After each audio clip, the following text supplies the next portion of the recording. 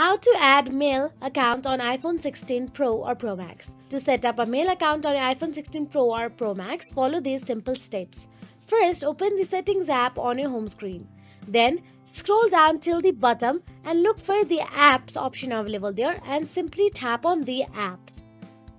Once inside the Apps, you can look for the Mail app option available or simply tap on the search address bar and search for the Mail app and tap on it, and you will be navigated into Mail settings. Now, once you find the mail, tap on it. Once done, under the Mail section, you can select the Add Mail Account option available there or simply Mail Accounts option available there. There you can tap on the Add Account to add a new mail account. A list of popular email providers will appear.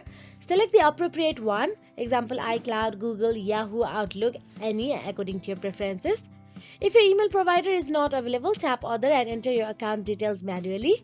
And enter your email address and password after you select one and sync your mail. So that is it. If you found this video helpful, please like, share and subscribe, and thank you so much for watching.